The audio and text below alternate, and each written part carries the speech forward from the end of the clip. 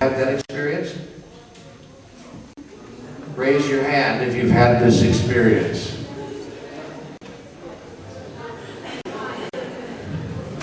But not with your wife, no.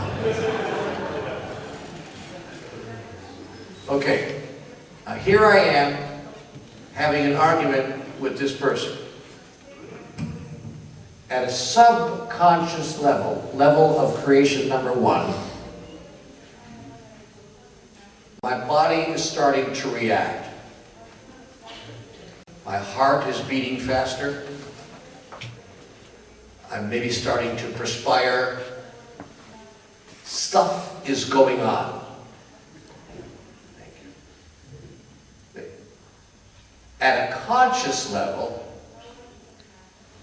I'm saying things to her that I want her to hear. First thing I want her to know is very simple. I am right.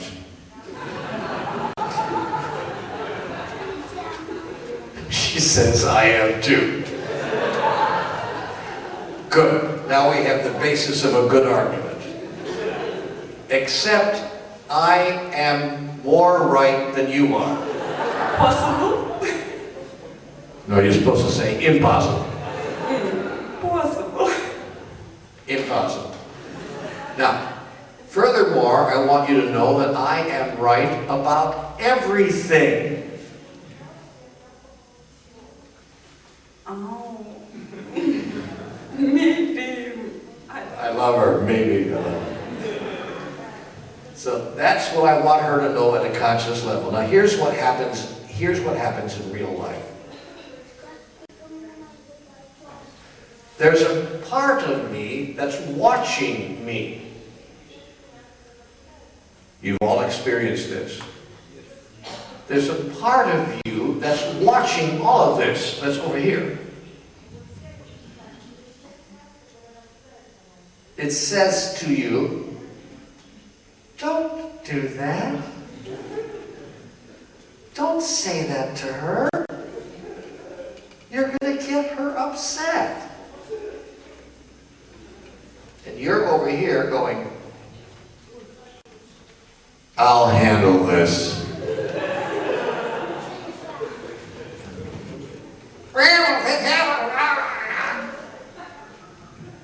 And she gets upset. Can you get upset?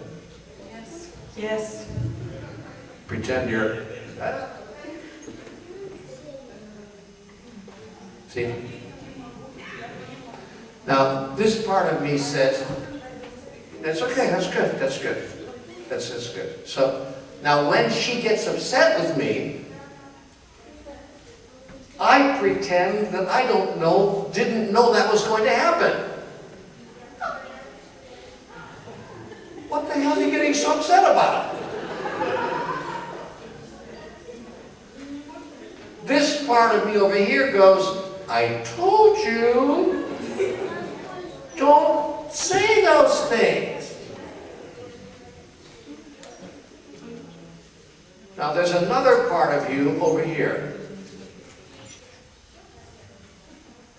It's watching the watcher of you.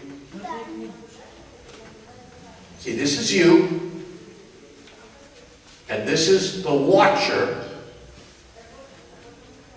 and this is the one who's watching the watcher who's watching you.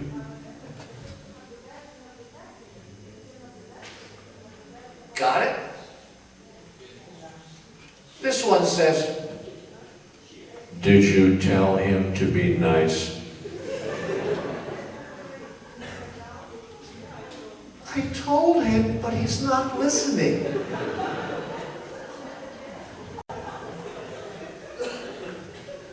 Tell him again. Okay. Be nice. Mind your own business. I'll handle this.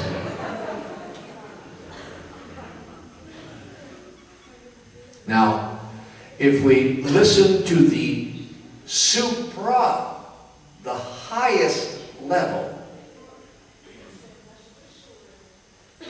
we're listening to the unwatched watcher, the watcher who has no one to watch over him.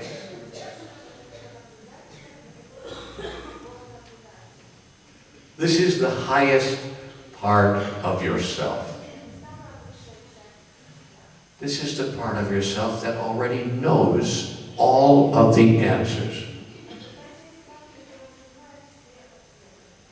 Because it knows who you are. It takes all of these other parts and wraps them into one.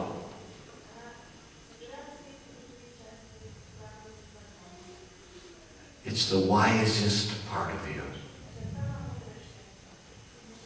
When we have a moment of mastery, and all of us have those moments in our lives, I call it a mastery moment. When we have a moment of mastery, what happens is we can hear the unwatched watcher. We hear that highest voice within us, and we start acting that way. And the argument stops, and we say, "Oh, sweetie pie, I love you so much. Yeah, I'm sorry too. Give me a little bit." Yeah. See how that works? Thank you very much.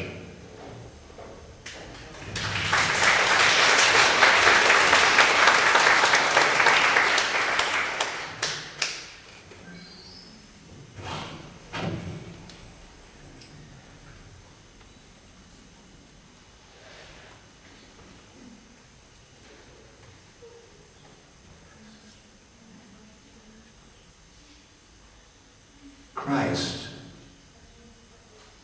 was a human being. What's the matter? Okay, but let me finish. Christ was a human being who understood all that I've just told you and who demonstrated that. The Buddha was a human being who understood what I've just told you and who demonstrated that. All of the great saints and sages and prophets are people who understood all that I've just told you.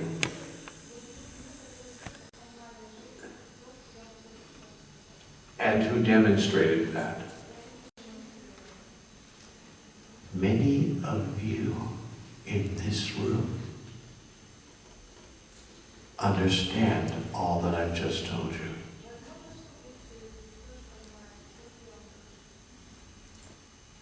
I understand all that I've just told you.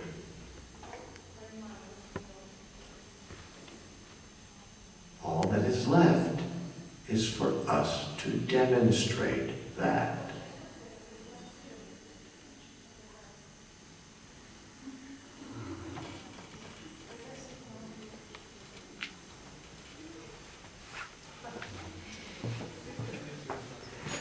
Yes.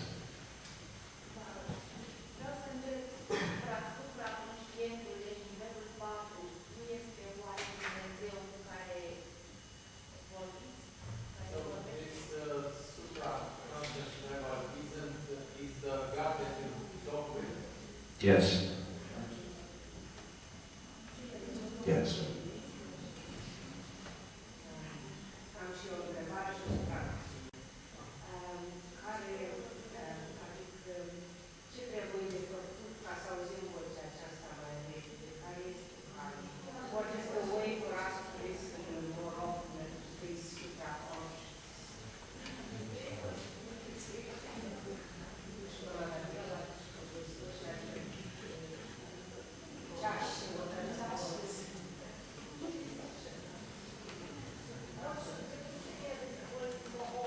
Yes.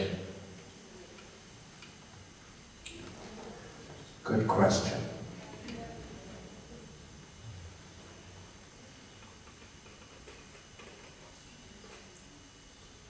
First, help someone else hear this voice more often. Because what you give to another, you give to yourself. That's why every great master was also a teacher.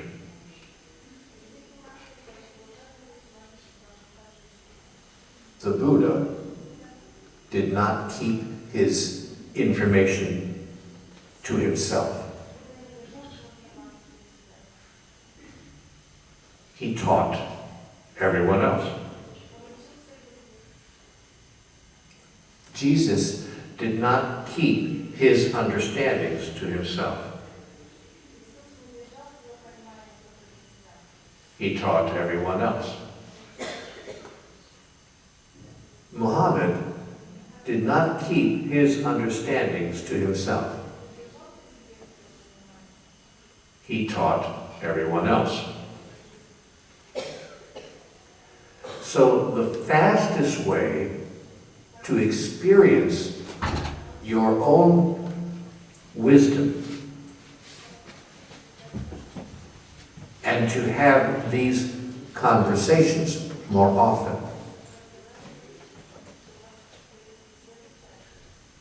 is to teach someone else. That's what Humanities Team is all about.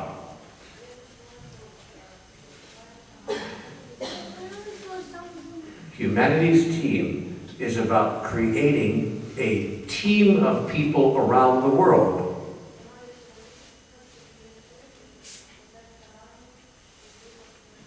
who are ready to teach someone else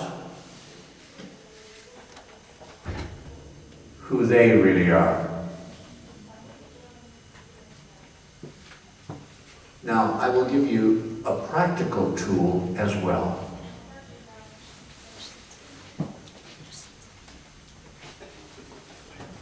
In the evening, just before retiring, just before going to sleep,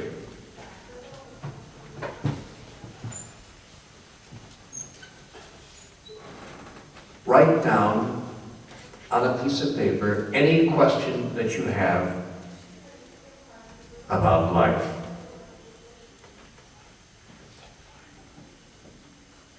And then put the pen down and go to sleep.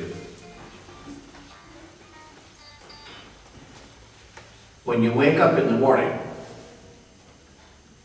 before you do anything else, pick up the pen and write the first answer that comes to your mind. Don't think about it. Don't try to reason it through. Don't try to use a thought process or logic.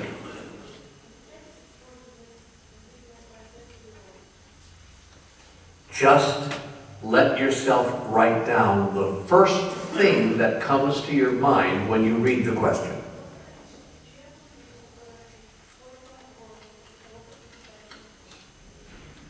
When you catch yourself starting to think about it, put the pen down.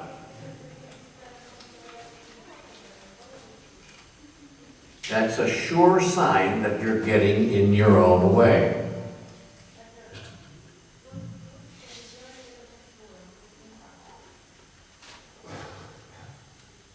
Then look at what you read there. And don't be surprised if you find great, great wisdom. I do this almost every morning of my life. As soon as I open my eyes, I pick up my computer, my laptop,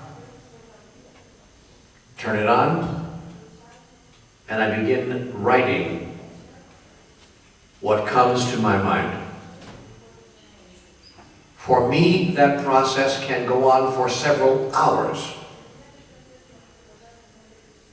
It is by this process that I write a complete book in 3.5 weeks.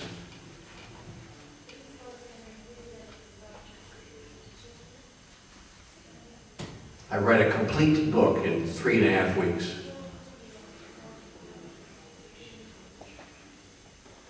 I'm not bragging. I'm not boasting. I'm just telling you how it works. That's how I've written 23 books in the past several years. I'm now working on 6 books simultaneously. And I could probably make it 10 if I wanted to. Because I have learned how to access that part of my mind that works as fast as lightning.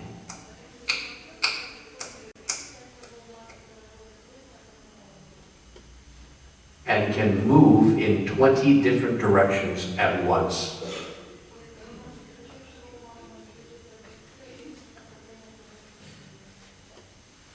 You can begin the same process. The second thing I would suggest is to meditate. Meditate every day. My meditation is my writing. And when I do my writing, I am so deep into meditation, that if someone interrupts me, I almost don't know what to do. I don't know how to handle that interrupting energy. Other people meditate by simply sitting and being quiet.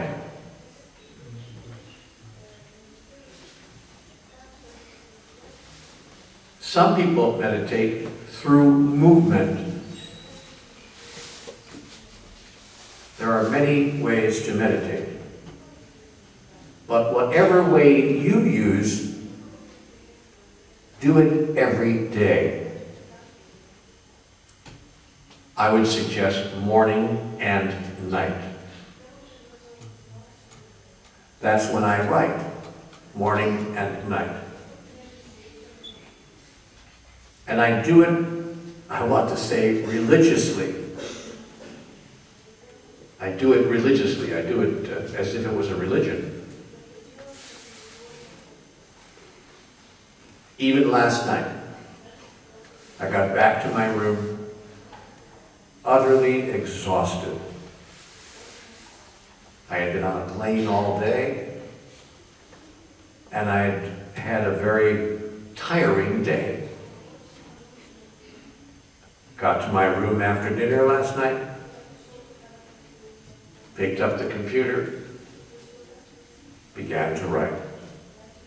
At least 15 minutes every morning and every night. It's a discipline with me. Your own form of meditation may be different from mine, but it should be regular. After a while, you will find yourself opening up to that voice that we're talking about.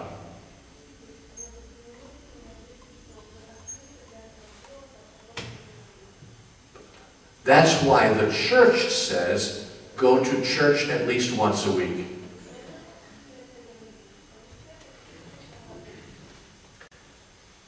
The church understands that unless you have regular contact, you cannot stay in touch with that voice.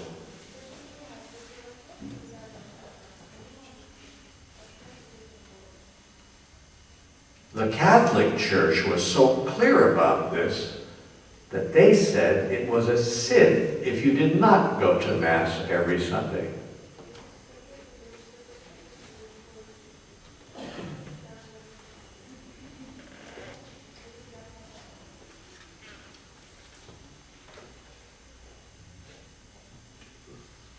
So stay connected with that higher voice. And a third thing that I suggest is what I call stopping meditation. It's called, in English, stopping meditation. Stopping meditation means that at least 3 times a day you stop whatever you're doing for 10 seconds.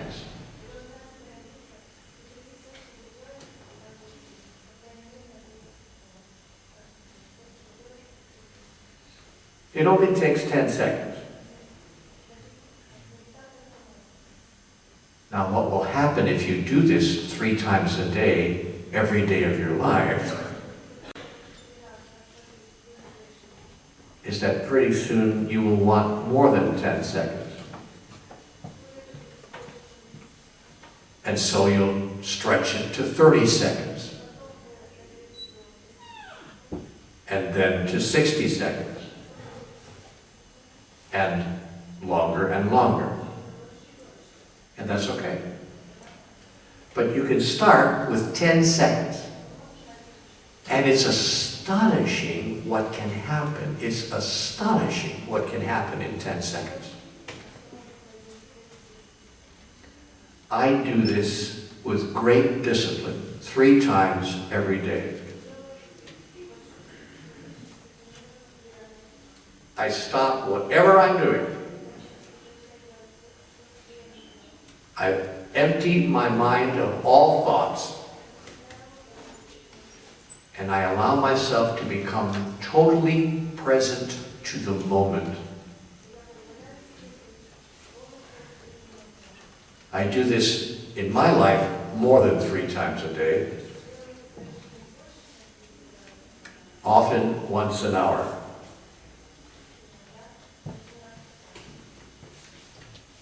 Often once every hour.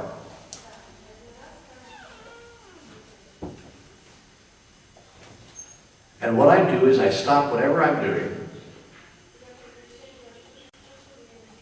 I'll do it right now. And I allow myself to bring all of my thoughts to a halt. I bring my past right to my present.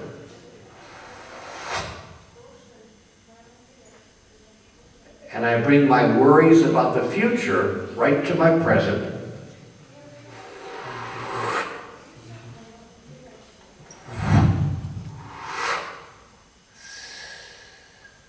And I reside, I exist in this moment only, as if there were no yesterday and no tomorrow.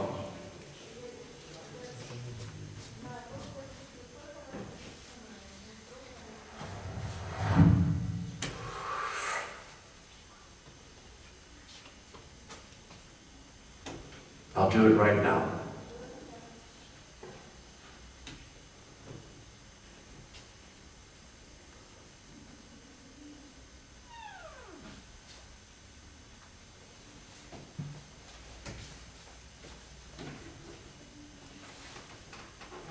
Suddenly you become aware of everything.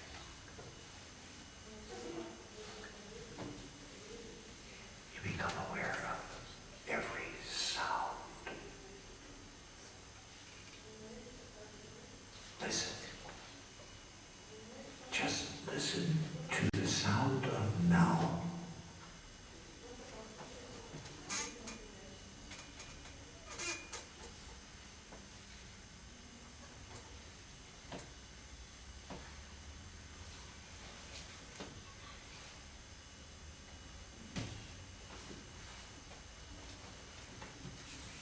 I even just heard 14 footsteps off stage.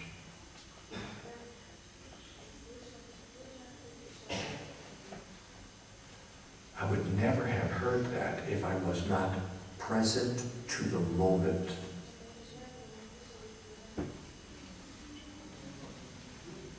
You use all of your senses: hearing, smelling, seeing, touching, all of your senses. And you use your senses fully in the present moment for just 10 seconds.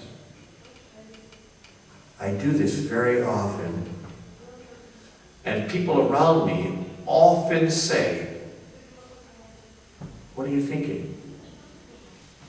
What are you thinking?" And I say, "Nothing." And they think I'm trying to keep a big secret from them.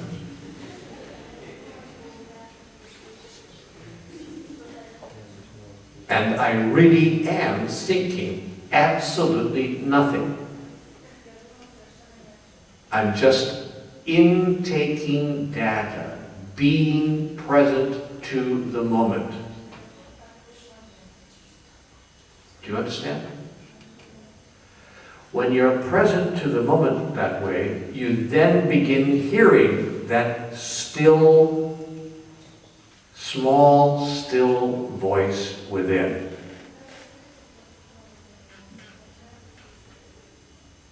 I sometimes have some of my greatest inspirations in my stopping meditations.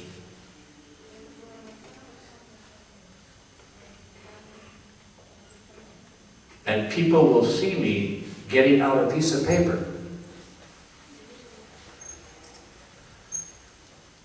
And I start writing on anything, whatever's near, a box, anything. Whatever I can find to write on.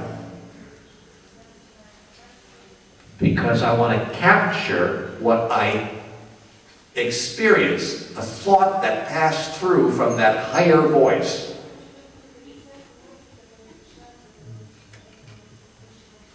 Once I quieted my mind enough to hear it, and I'll say to people around me, get me a piece of paper, get me a piece of paper, get me a pen. And I will capture 2 or 3 words or a sentence or 2. And then when I get to my room, out of that will flow an entire chapter of a book.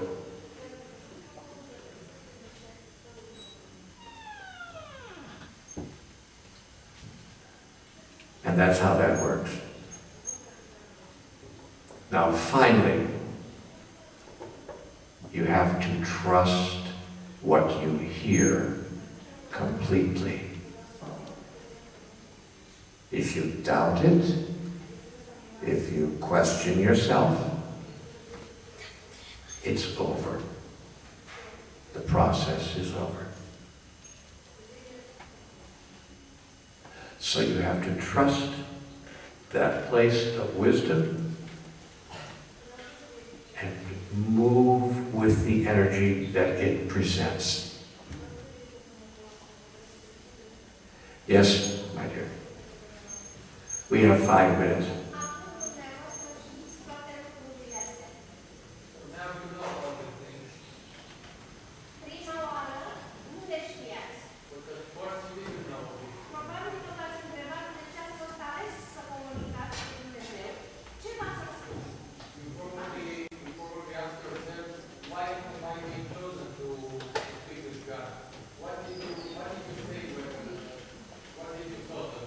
Yes. Up.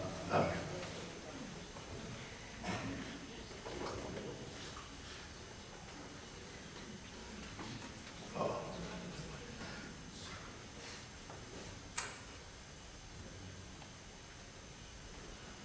I always knew these things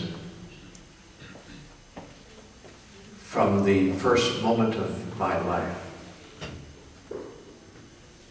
And so do you. But I have allowed myself to forget that I knew. And so do you. That is why when I say things, people say to me, sounds right. Because they already know. Everybody already knows what I'm going to tell them. They just don't know that they know until they do. And then they say, that's obvious. So I tell people the obvious. Now, God did not select me as anything. God selected all of us. It never occurs to me that I am the chosen one. I'm not the chosen one. We are all the chosen one. And that's what I'm spending my life trying to get everyone to understand.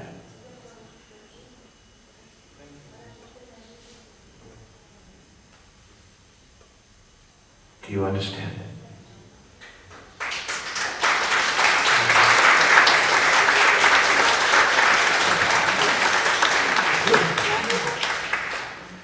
My part of this morning is finished, and something else is about to happen. I don't know what it is, but it looks very exciting. Looking at the front seats, it feels more energetically unified.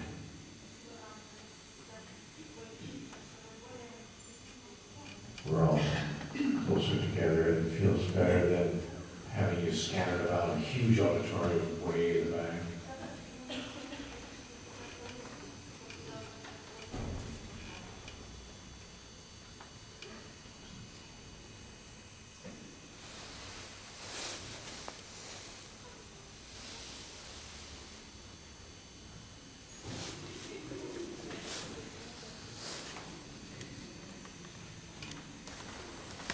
That there is a great deal that one person can do. It is not true when someone says, what can one person do? For instance, a little earlier today, someone was talking about the rules, the so-called silly rules, some of them that we have here in this country. Well, actually, Americans should be the last to complain.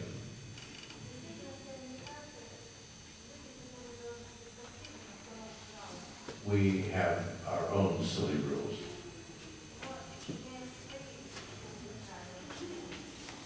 There really are silly rules everywhere. And the idea is for us all to join together and not only get rid of all the silly rules, but get rid of all the silly thoughts that we have about life.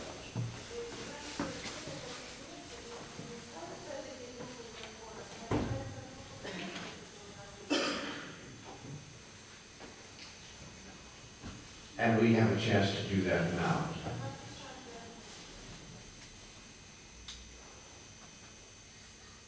And it may be, in many ways, a once-in-a-lifetime chance.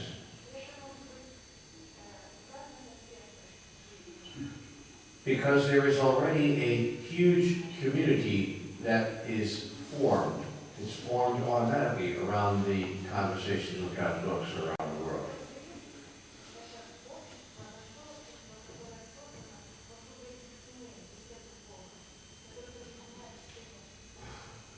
So that work has already been done for us. there's nothing left for us to do except get in touch with each other and decide to use the power of our numbers to create on-the-ground outcomes.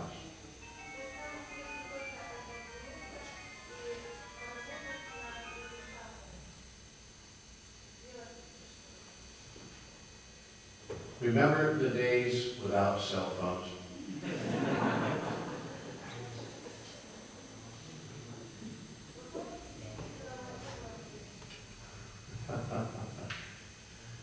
I'm old enough to remember the days without cell phones. My children think that I'm old enough to remember the days without phones of any kind.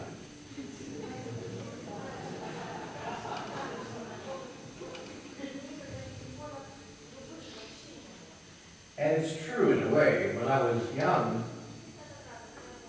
our family was so poor that we couldn't afford a telephone. So telephones were invented, but we did not have one in our house for many years. Finally, we could afford to get one. But I guess I was around 8 or 9 years old before we had a telephone in our house. So times have changed, haven't they? Now, everyone has a cell phone. There's no place you can go. You can't get away from it.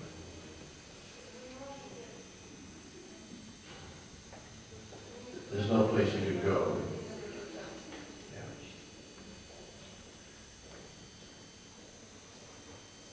The good part about this is that it keeps us all connected.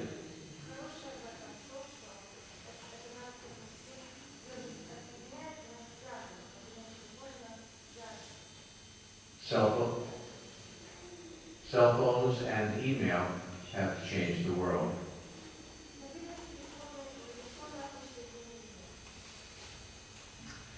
Now it's up to us to take these tools, these wonderful tools of modern communication, and use them for a particular purpose.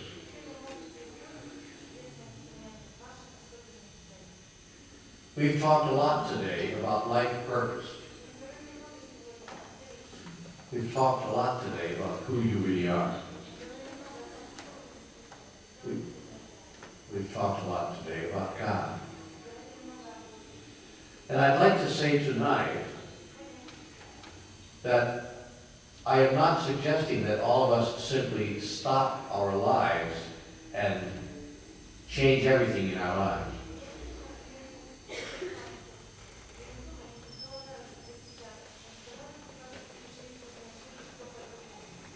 Don't go home and quit your job or leave your spouse.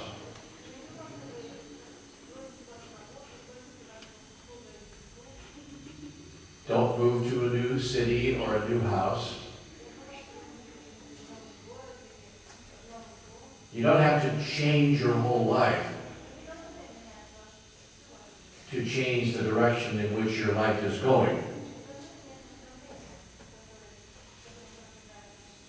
You merely have to enlarge your life.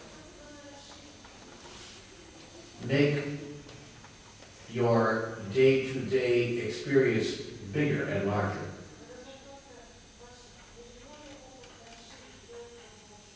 And give yourself a new reason for doing the things that you do.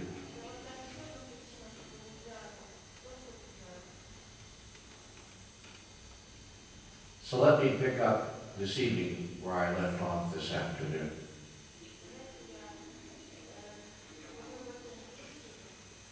Is anybody here tonight that was not here this afternoon?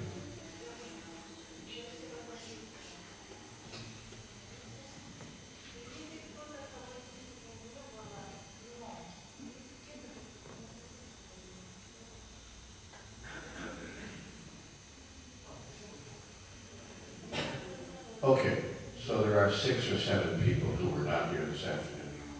8.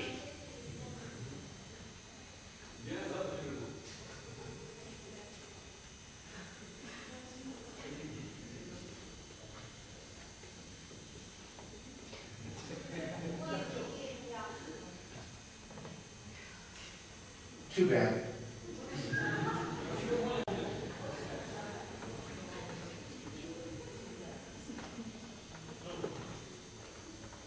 So, I'm going to recap and summarize what I said this afternoon. Very briefly, here's what I said. Number one, we are not our body. That is, we're not this, we're not this. This is something we have, it's not something we are. Number two, our body is a tool. It's a tool that has been given to us by God. Number three, the tool is used for a particular purpose.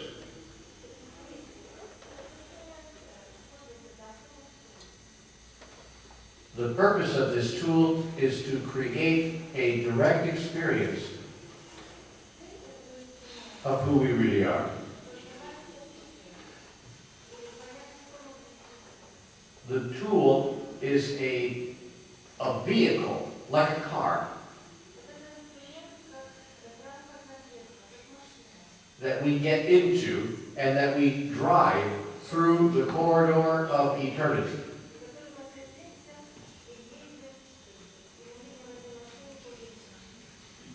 And somewhere along the line, we change cars. We get out of one car and get into another. But we never stop the journey, because the journey is eternal. And it goes on forever.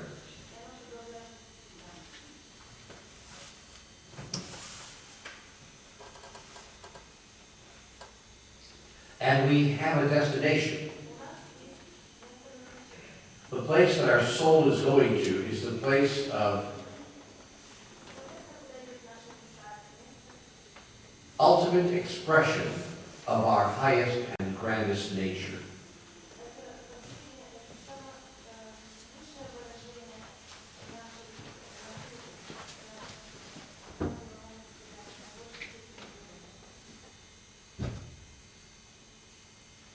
If you don't believe that you're on this journey, you will live your life in a very small way.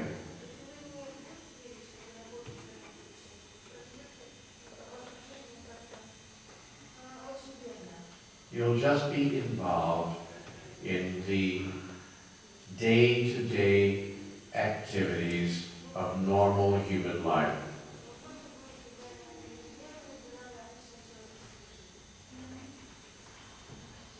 And it will seem like a struggle much of the time.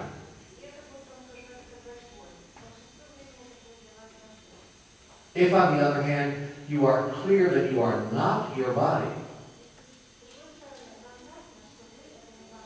and that you are a soul on a journey, you will live your life in another way. And you will not be caught up in the human dramas of day-to-day life.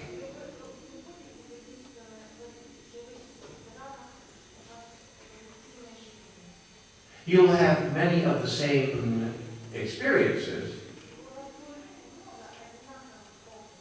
but they will not affect you in the same way.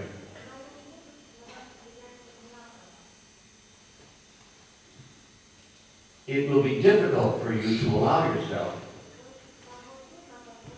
to get caught up in life's turmoil.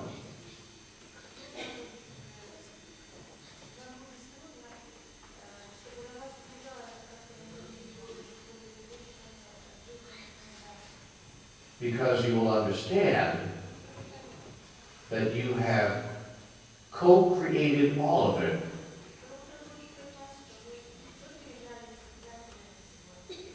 with your partners in creation, so that you might encounter the right and perfect circumstances and conditions to experience who you really are.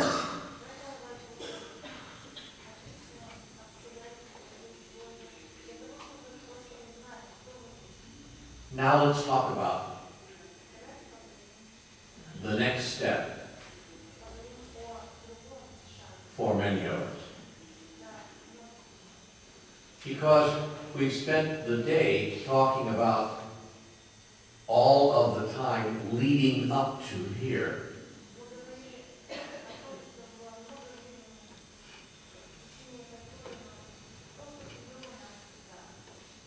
Now, looking down the road, we see that several things are true. First, we see that our world is in trouble.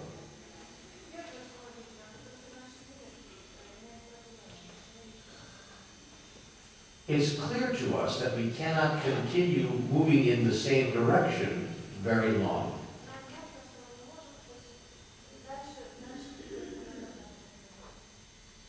We have to change course. We have to change direction.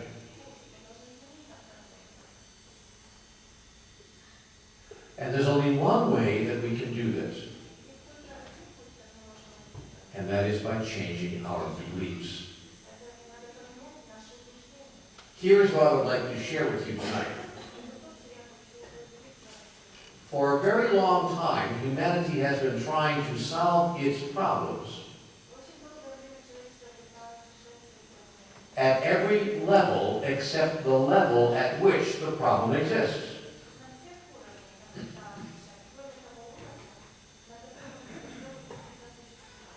We've been imagining that our problems are political problems.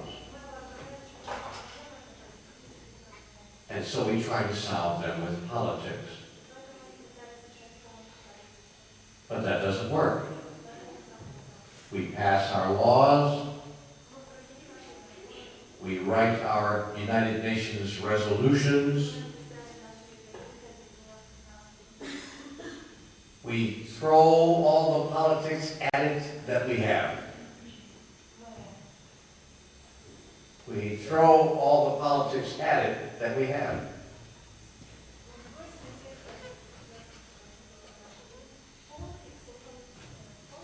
We use all of the political devices that we have.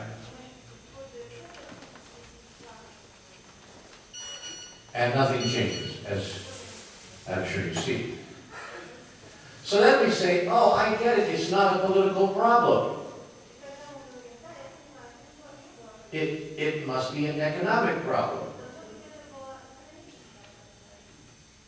So we throw economics at it. We use every economic tool that we have. But that doesn't change anything either. And then we say, okay, then it must be a military problem. So we throw military power at the problem. We're trying to do that right now in Iraq. You see, but the problems will not go away. Because the problems are not political problems. And they're not economic problems. And they're not military problems. The problem facing the world today is a spiritual problem.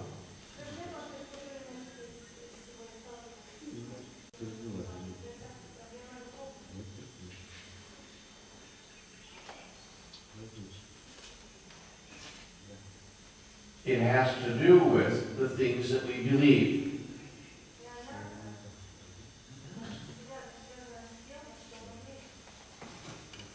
And the only way we'll solve the problem is by changing the things that we believe.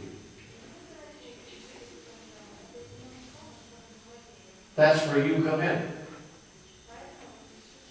Because you have to first change the things that you believe.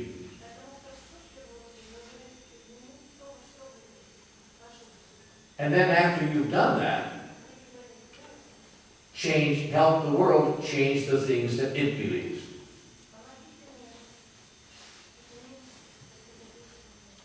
And you can all do that if you choose to. So let's make sure before we go any further that all of us in the room have no questions about the fundamental truth of God and life. Because before we go any further, I want to make certain that all the questions are answered.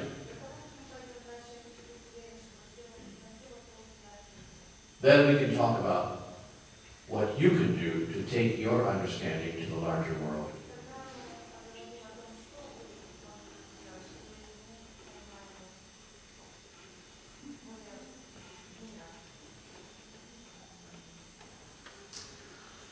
So is there any question in the room about, yes?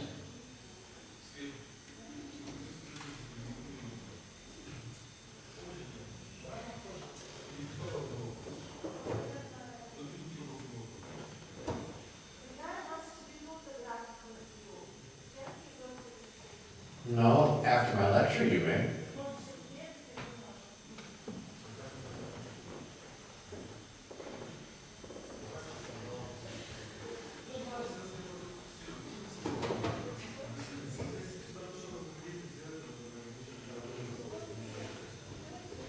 Let's have an argument.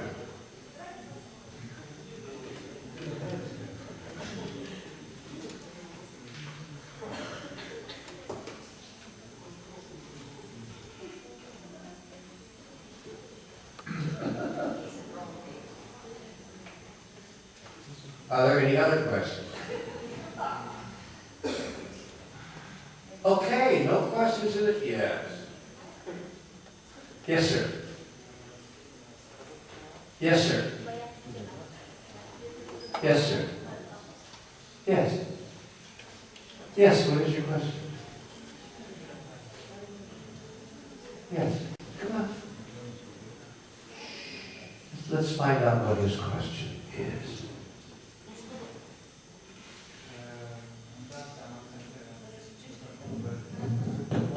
Let's lift it up.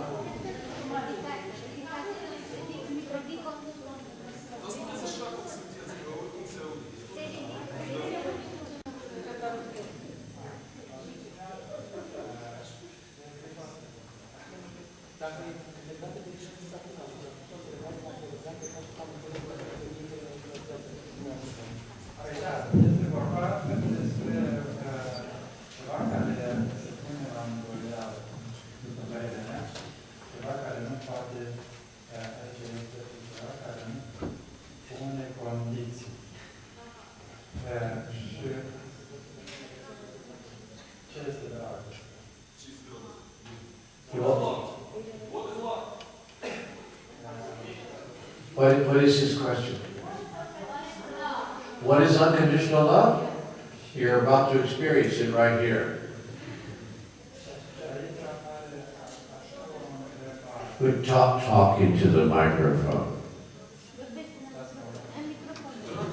See this? Talk into this. See this? So talk into this. That's it. Talk into this.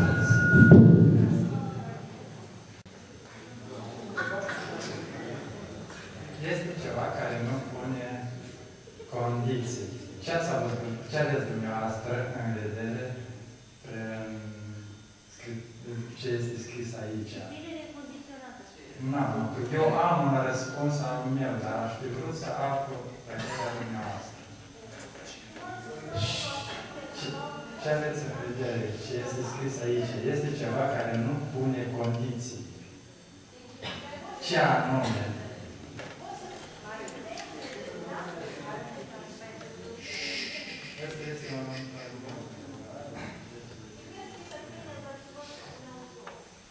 Yeah.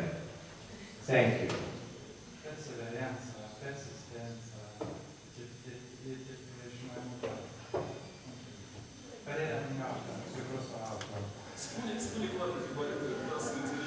Aș fi vrut să aflu opinia sau părerea dumneavoastră, ce are în vedere că este ceva care nu pune condiții. Ce are părerea dumneavoastră vreau să aflu.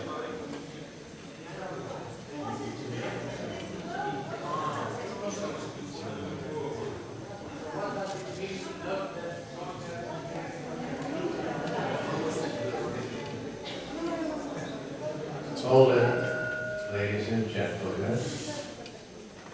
It worked better when we just had one person translating for him. If you're all talking at the same time, it doesn't work so good. Yes? Okay, so he wants to know about unconditional love. Yes.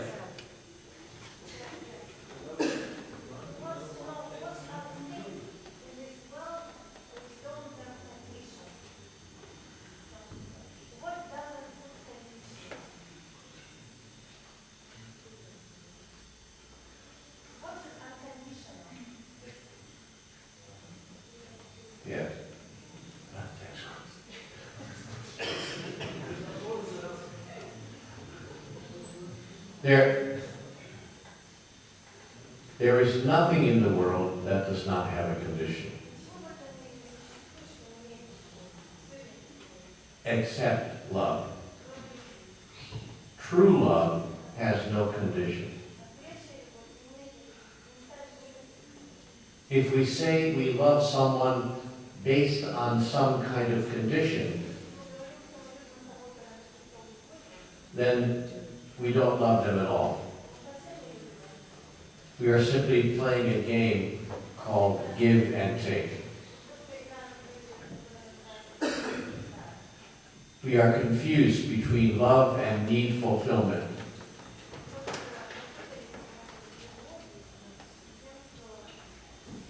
When someone fulfills our needs, then we love them. And when they don't fulfill our needs, we don't love them.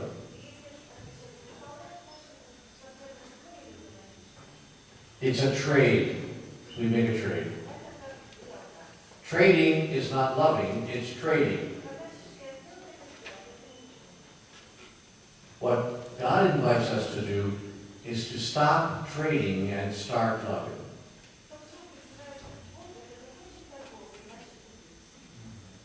See, God doesn't have any trade. God doesn't say, I love you if. We think that God does.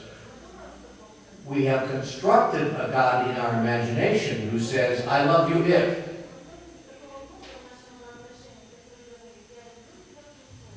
But in truth, God does not say that.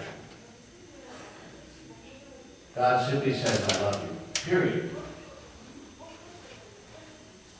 It's hard for us to imagine. How can God love us when we haven't done anything for him?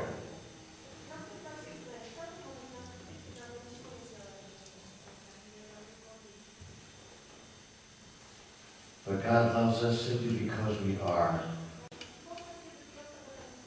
such wondrous and beautiful creatures.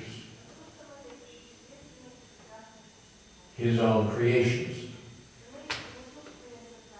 And that's enough. And when we love each other in the same way, we too will understand unconditional love. Here's what's interesting, however. What's interesting is that if we ever start truly loving each other without condition, we won't have to worry about people acting badly. Because people will stop acting badly when we love them, no matter what they do. Because all people want is love. And every behavior is a request for love. Did you know that? I want you to consider what I just said. Every behavior is a request for love. How you comb your hair is a request for love. Don't you just love my hair?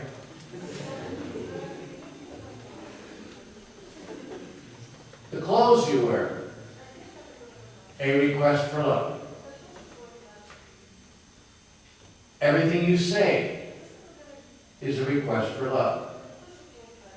Because, of course, by all of these devices, we are seeking the approval of others.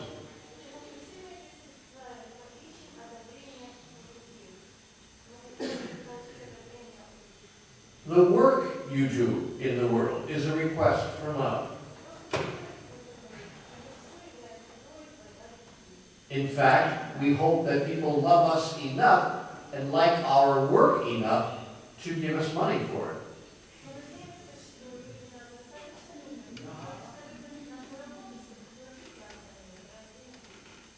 Everything we do is a request for love. If we began to love each other unconditionally, we would stop having to act out in order to get people's attention.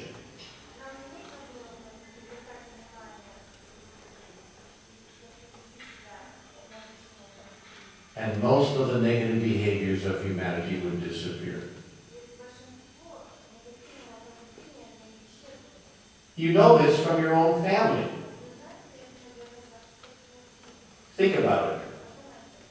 In a family where the parents and the grandparents love the children like crazy,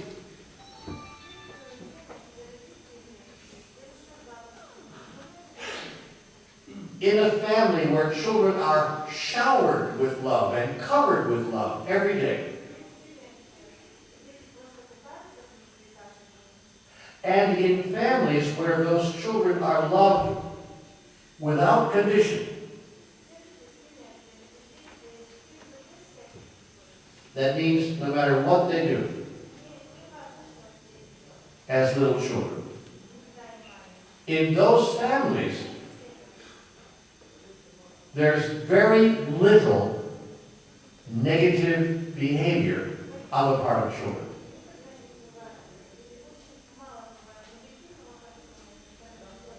The children don't act out in a negative way.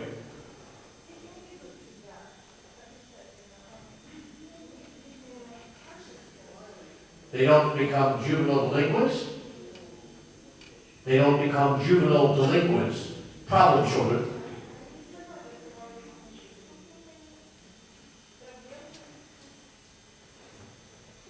And they grow up to be well-rounded, well-adjusted adults.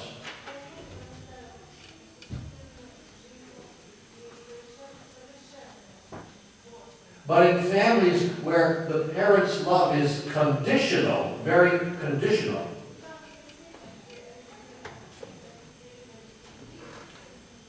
in families where parents say, I love you if you do this, I love you if you do that,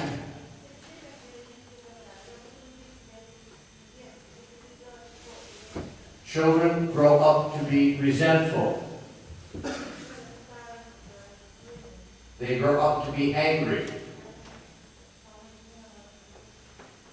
And they very often become problem children who turn into unhappy adults. And so we see very clearly that unconditional love produces extraordinarily positive outcomes in society. That's why God loves us unconditionally. But here's something really strange. God loves us unconditionally, but we can't accept that. So we have decided that God does not love us unconditionally. And we've created all sorts of religions to prove it. So we've allowed our religions to convince us that God only loves us if we act in a certain way.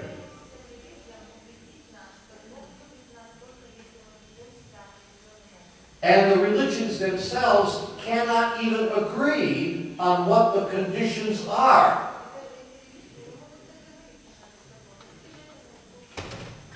One religion says one thing, another religion says a second thing. A third religion says a third thing, and the religions themselves can't even agree on what God's conditions are. So here we are quarreling between the religions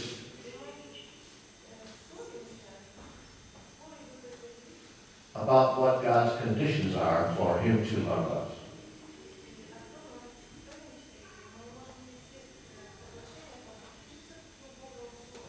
Because the idea of a God who loves us without condition is too good to be true.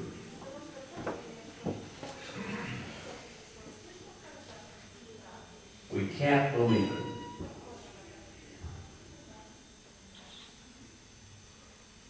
And yet it's true. And if we accepted that truth for us, we could then love other people unconditionally as well. And the world would heal itself overnight. I remember when I was a child, I was about 6 or 7 years old. And my mother had a vase, a beautiful vase. It was about 250 years old. And she placed it on top of the mantelpiece of the fireplace in our home. And she said, "Don't touch the vase. This vase is 250 years old. This beautiful vase was given to my mother's mother's mother.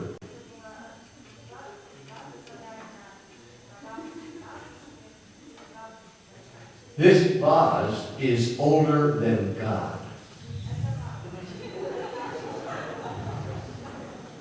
Neale, do not touch the vase. Look at it, admire it, but don't touch the vase." Well, of course, you know what I did.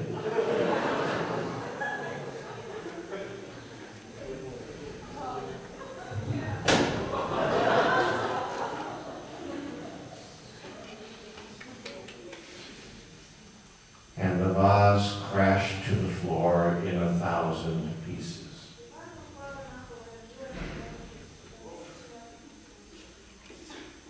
And my heart broke. Because I knew that it was really important to my mother. I knew it was a treasure of her life. Something that had been passed down from generation to generation to generation. And I broke it. And of course I heard my mother's footsteps coming into the room.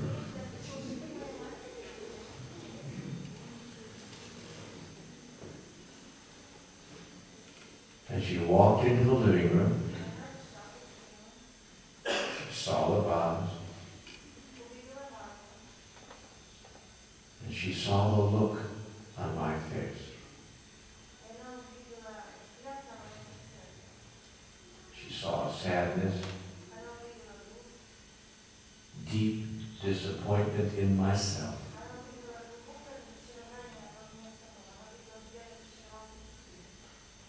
And she saw fear. What was she going to do?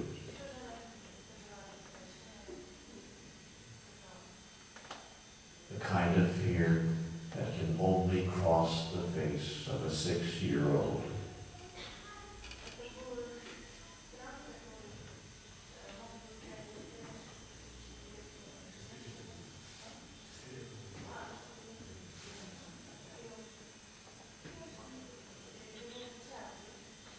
Of course, a 6-year-old.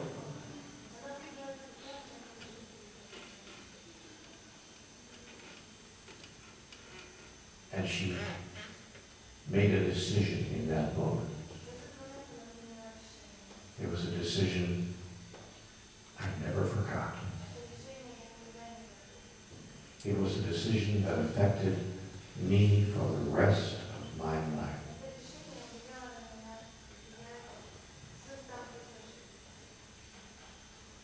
She picked up a piece of the vase and held it in one hand.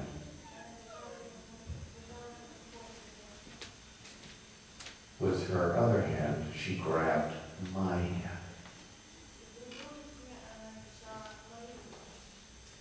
And she said, "My little angel, listen to me. This is a piece of glass. And you are a piece of me.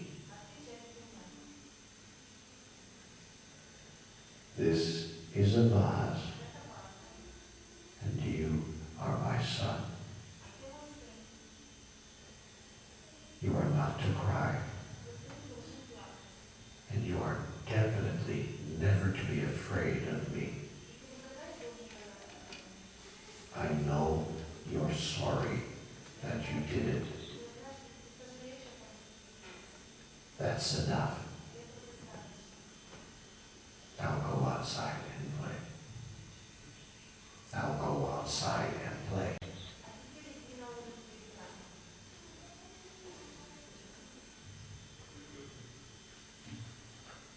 Changed my life.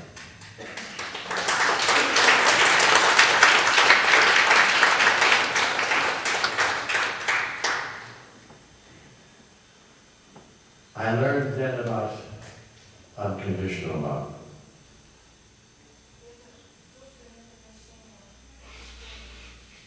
I learned then about God. I knew then that God was alive.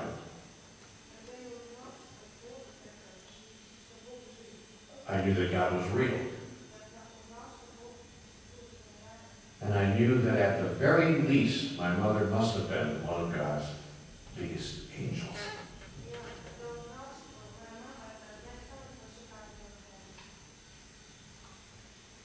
It's when we can forgive the person who comes into our life and breaks the vase, so to speak. So to speak. So when the person hurts us, when they break our heart, and we can still forgive them, then we know about unconditional love. It is possible to get to that place. It's possible to experience that. But you have to make a new decision about who you are. And listen carefully. You have to make a new decision about why what happened, happened.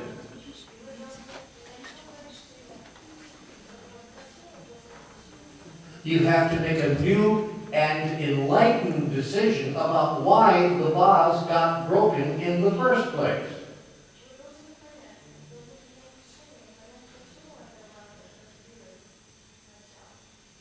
You would have to decide something quite extraordinary. Follow this now.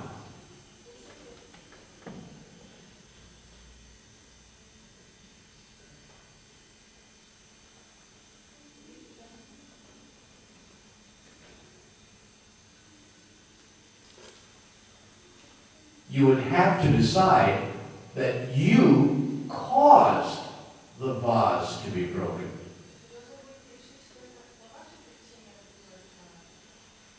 At some very high metaphysical level.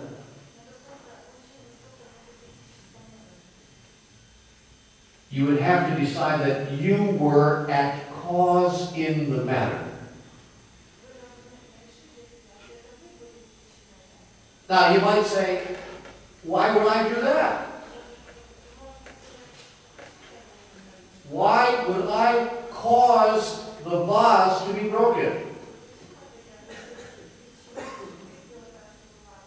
Or why would I cause my heart to be broken?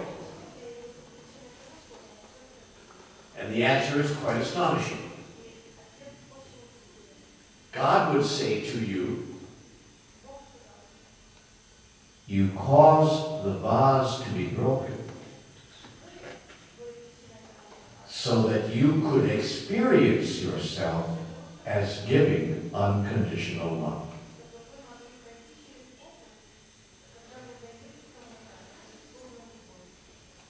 You caused your heart to be broken so that you could experience yourself as unconditional love.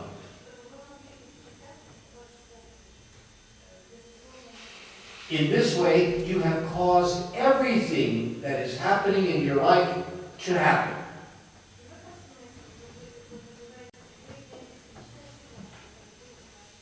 So that you could experience yourself as who you really are.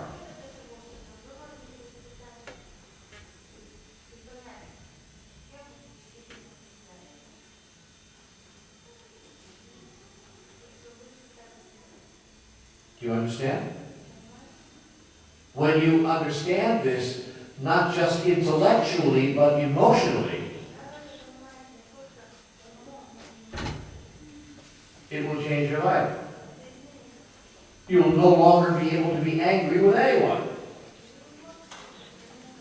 You won't be able to be resentful toward anyone.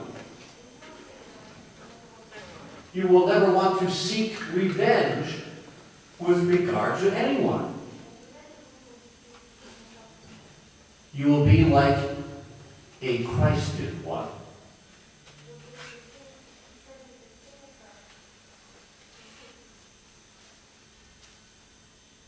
You will say, even as people are crucifying you, I'm not angry with you, because I understand why you're doing this. You're doing this because I, at a higher level, caused you to do this.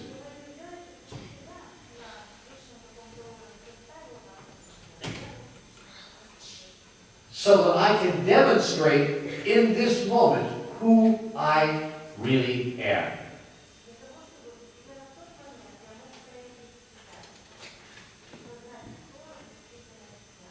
And so that I can show you who you really are. This is a profound teaching. It means that in life there can be no victims and no villains.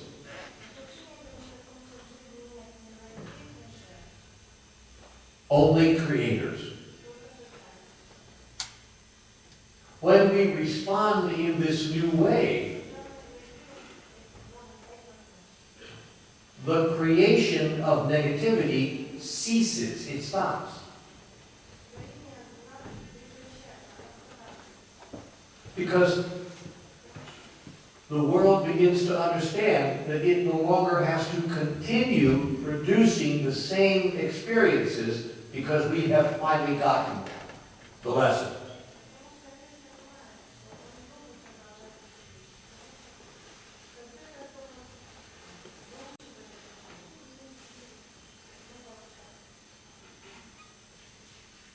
And that's the fastest way to heal the world.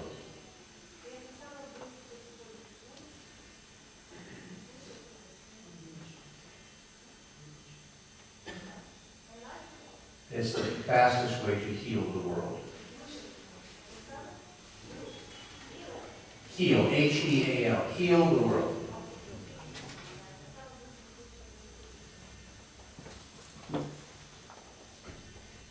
And that was the message of Christ.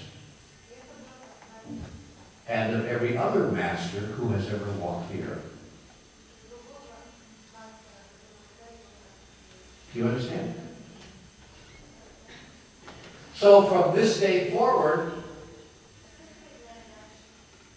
you can resent no one. You can never be angry with anyone again. And you must forgive everyone everything. Okay? Voila. Nothing to it. Are there any questions about that?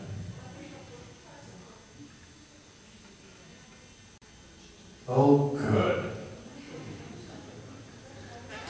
You all have it, yes.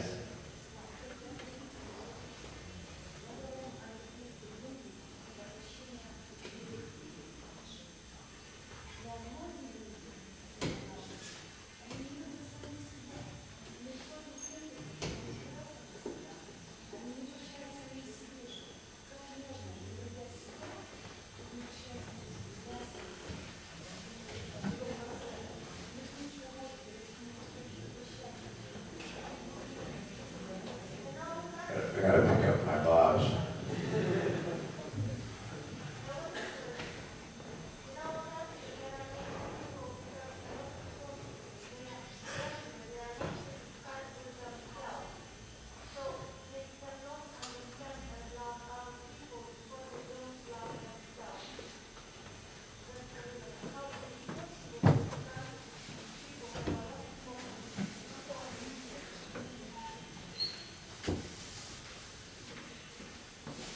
She asked,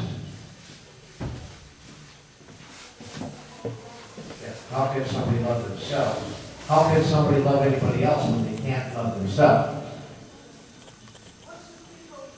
And what should people do to be able to love themselves?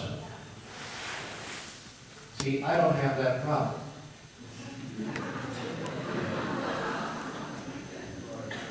I just love myself.